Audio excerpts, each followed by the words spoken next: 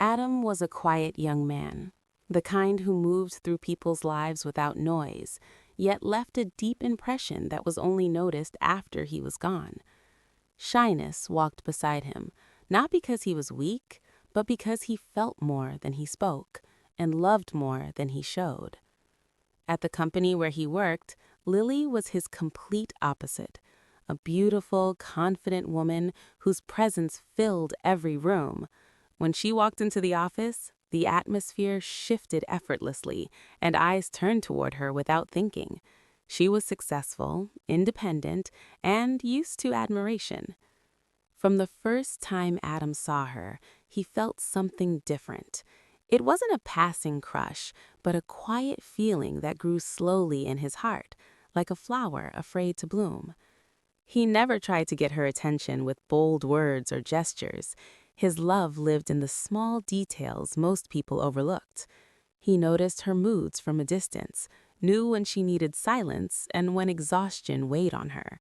He eased her workload without being asked, reviewed her files when she stayed late, and left helpful notes on her desk, unsigned. Lily thanked him with a polite smile and went on with her day. She never asked herself why he felt different. He was always there, and constant things are easy to take for granted. Months passed, and Adam's heart grew heavier. Each night he returned home carrying questions he was too afraid to ask. Does she feel me? Does she see me? Or am I just part of the background? Once he tried to be clearer. He gave her a book she had mentioned casually weeks before. She smiled and said, "You're really sweet, Adam. Thank you." The word sweet hit him like an arrow. In that moment, he understood. Her heart didn't see him the way he saw her. Slowly, he pulled back. He stopped checking in, stopped helping without being asked, stopped leaving coffee on her desk. At first, Lily didn't notice, but after a few days, something felt off. She caught herself searching for him without realizing it. Her days felt heavier. The office felt colder somehow. Questions began to form.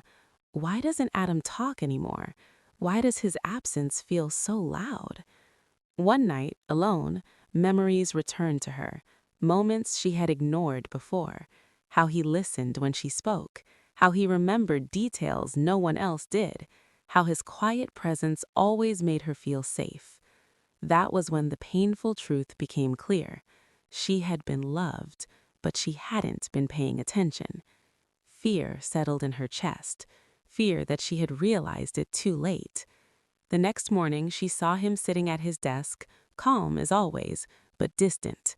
She walked toward him, her heart racing, and said softly, "Adam, can we talk?" He looked up, hesitated, then nodded. She took a breath and spoke honestly. "I didn't see what you were giving me, but I see it now. I didn't realize how important you were, how present you were in my life without ever asking for anything in return." After a pause, her voice shook. I've fallen in love with you." In that moment, Adam felt the world stop. Every silent hope, every patient wait, every unspoken feeling turned into pure joy. He smiled, his voice trembling as he said, "I was afraid to say it alone, but I've loved you for a long time." Lily smiled then, understanding for the first time that love isn't always loud. Sometimes it's quiet, but deeply real. And so their story began right where it almost ended, a story that taught them both that true love doesn't shout. It waits patiently until it is finally heard.